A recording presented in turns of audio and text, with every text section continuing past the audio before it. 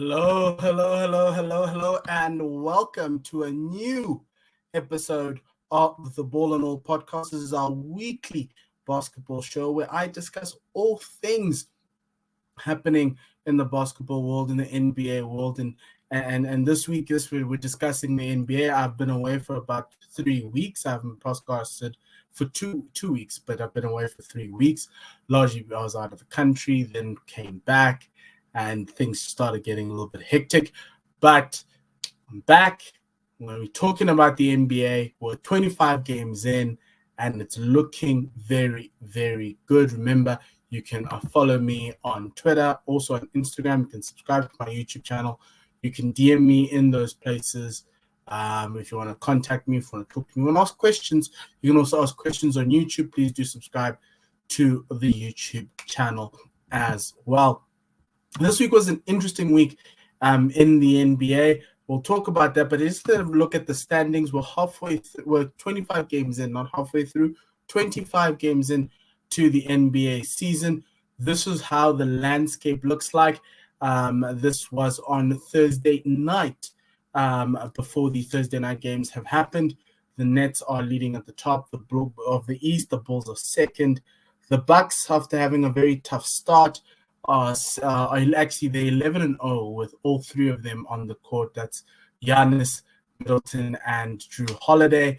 Yes, they're third. We've got the Heat in fourth. The Wizards flying high and fifth. They had a really great start to the season. They've kind of lost a few games on the way. The Sixers are now finding their rhythm. The Cavs have done this to me last season. They're sitting in seventh. I expect them to be out of the play-in by the time we get to the other side of January. The Hawks are in eighth.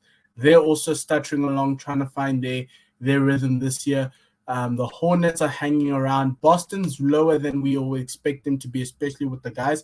And we're going to talk about Boston later. The Knicks, the Raptors, the Pacers. The Knicks are very low. Pacers, the Magic, and Pistons.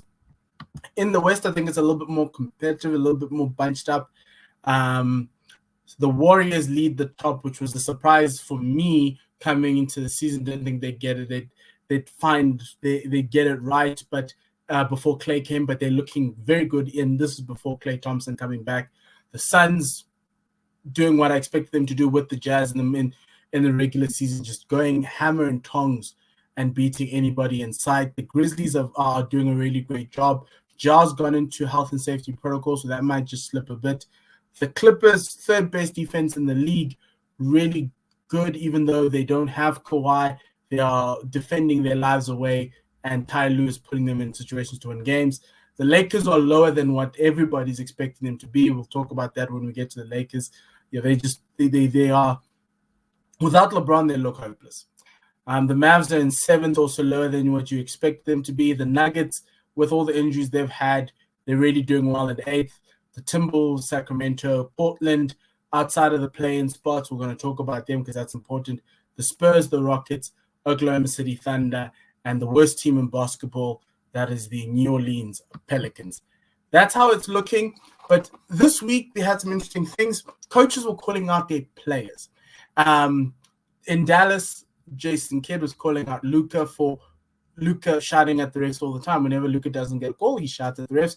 Meanwhile, the other team, the opposing team's down on the other end. They've got a 5-on-4. They've got that advantage, and they go and score.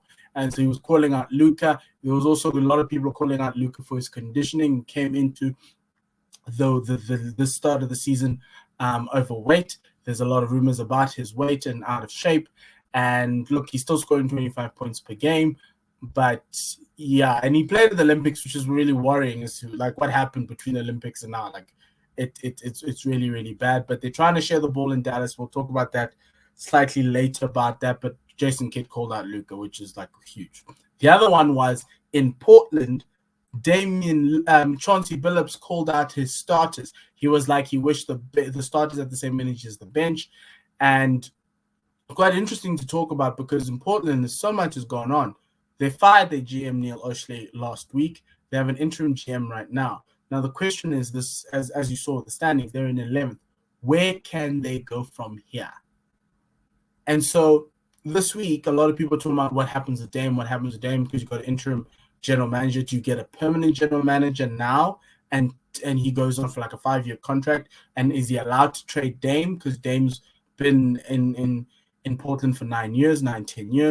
What does that mean? Obviously, currently with the interim GM, I don't think he's got the powers to trade Dame. But if somebody else came in, that would be interesting. Which is what leads me to today's big topic: is the trade scenarios for Damian Lillard. I think a lot of people have spoken about the CJ McCollum trade scenarios. The Mavericks are the good ones. You can also trade him to Philly, and we'll talk about that. But the big one was Dame. If you want to reset Portland, they're currently 11th out of the play-in. If you want to reset it before the trade deadline to get some salaries that are expiring, and also just to get in maybe some talent and see if you can't get some picks for Dame.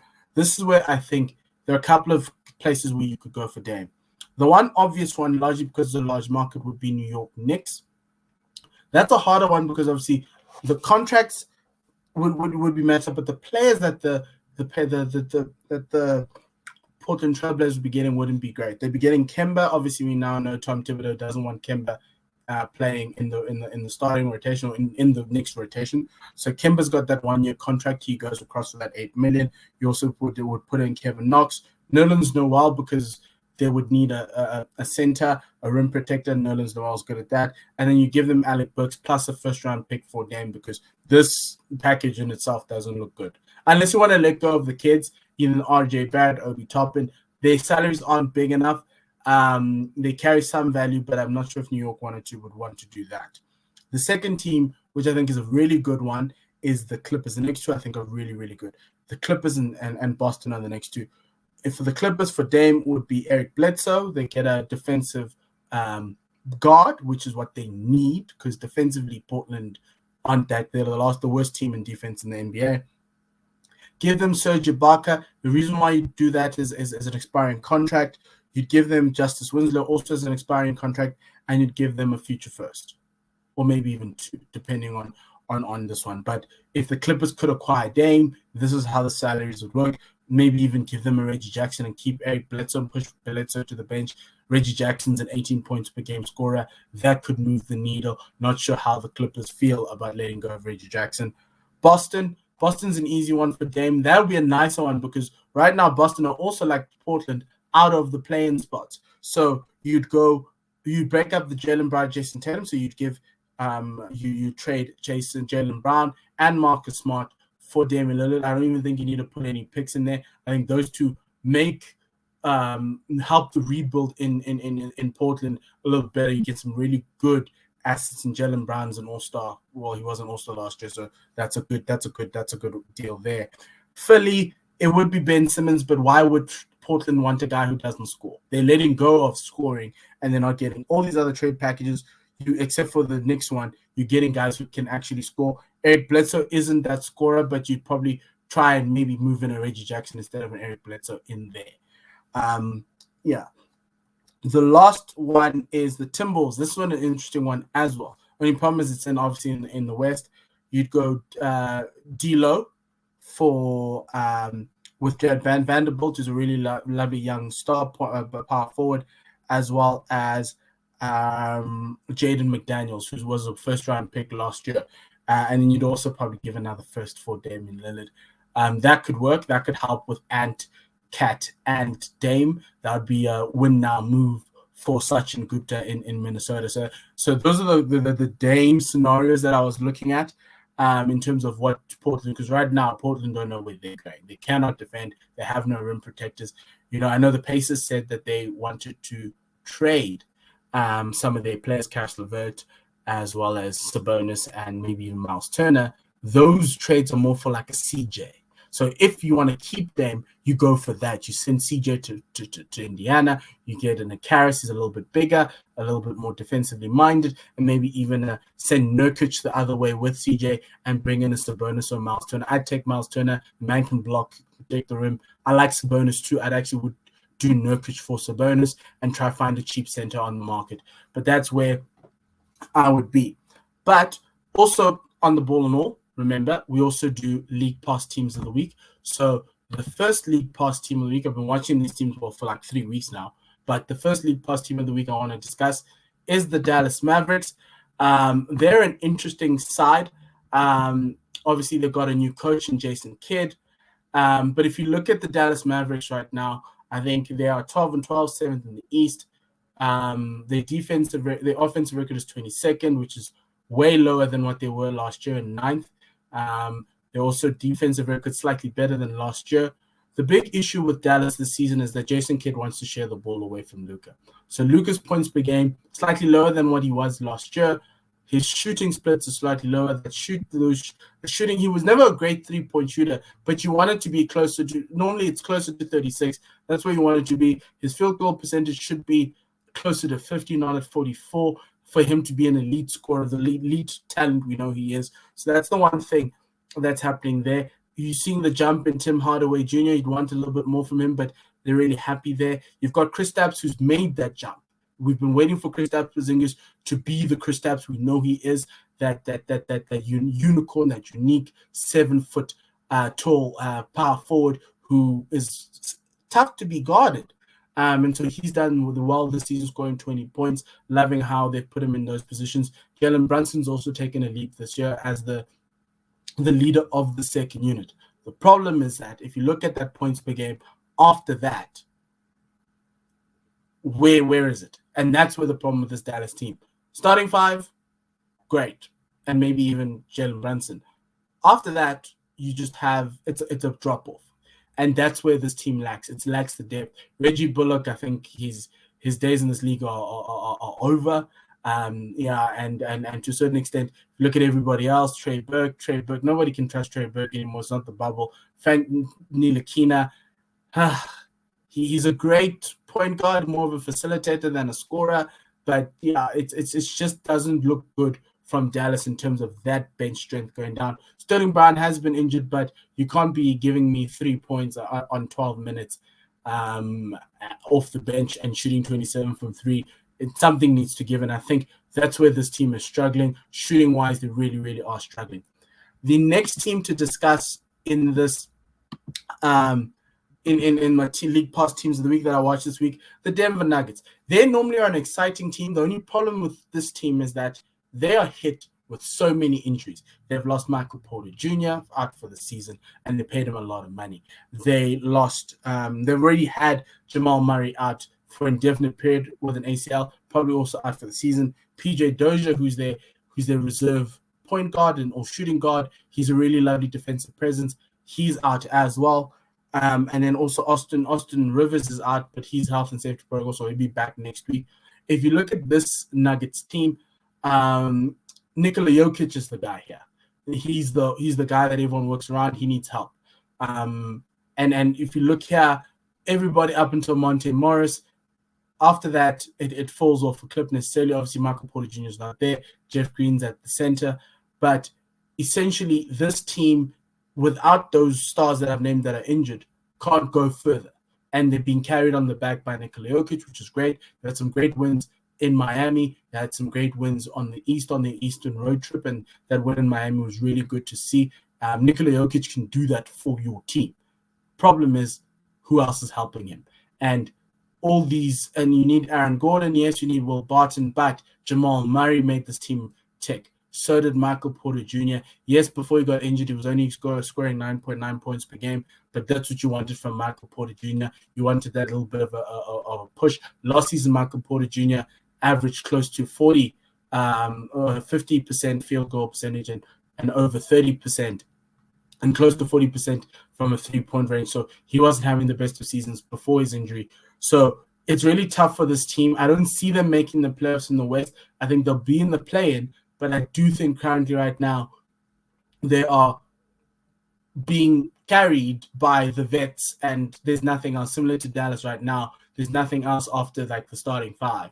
And when the normal guys are fit, that's those some of the guys who are in the starting five become a better bench presence, and it makes a lot more sense. Facundo Campazzo can't be playing 19 minutes in a game. I love him. I don't think at the NBA level he's playing 19 minutes. So too is Burns Highland. Love Burns Highland, but not 15 minutes a game. And those are the things. So it feels like it's a rebuilding year, a development year for the Nuggets. And so that's going to be quite interesting to see how they go about that. Final League Pass team of the week. That's the LA Clippers.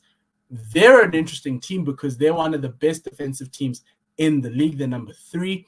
They are really good to watch from a defensive perspective. They clog the lane. They're very long in terms of a wing presence.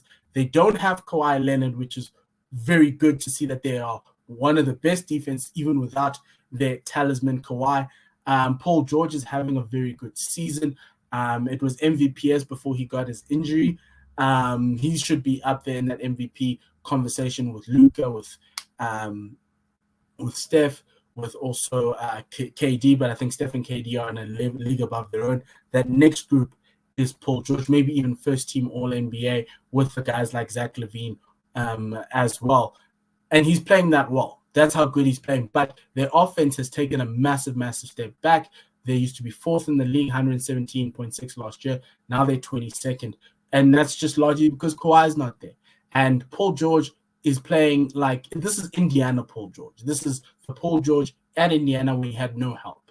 And in that Indiana team made the playoffs multiple times, and that's where this team is. They're very good defensively. I'm loving Isaiah Hartenstein as a center, and that's the reason why I wanted to trade Serge Ibaka, because you can have Zubac and Hartenstein as your centers, and Serge can go and be a trade piece somewhere else. He's also got an expiring contract. You don't necessarily need those Eric Bledsoe minutes, well, if you were going to trade for Dame, but it's there. Nicholas Batum is playing really well. The guys are pitching in. And if you look here, you've got about 7 players, 8 players in this roster that are averaging 9 or more points and more. And that shows you what this team is. Their offense isn't there yet. They'd like to get a lot more point shooting from the guy from the rest of the bench. But essentially, this team is down on defense, and they do it very, very well. And Brandon Boston Jr. has been a find for them defensively in that second team. He can guard opposing the opposing number 1 guard on that other team, and that's one of the finds that they've had this season. And this team where they are right now, I think this is where they are going to be punching. Away seed in the West, largely, not necessarily home seed, but away seed, and this is where they are. They might drop a few spots. I think they might end up probably in the play-in, but this Clippers team is still pretty good. And if you're good defensively, defense carries, and if it does, then you can go through. So next week's League Pass teams that I'll be watching and I'll be looking for, and please do, if you want to watch and send me comments about what you're seeing, please do. At the Bulls, the Knicks, and the Hornets, they are going to be quite interesting. I think the Bulls play the Heat on Sunday, so I'm going to be watching that because that's going to be quite an interesting Eastern Conference matchup. Could be a playoff matchup, so that's one you're going to be watching. The Knicks have the Warriors next week, so that's going to be quite interesting to see what this Knicks team is. I think they've taken a massive step back from last year, so that's going to be something. And the Hornets as well. They are in that play-in spot, they're in that playoff spot, and they're looking to push up the log with LaMelo Ball. With LaMelo. And I'm excited because like those Hornets announcers are really, really awesome. But that's the end of the Ball and All podcast. Remember to subscribe to the YouTube channel and also follow me on Twitter and everything else. Enjoy the week of basketball from myself. Mpho. Have a good day. Goodbye. Enjoy the weekend of basketball. Le sale, kakakis.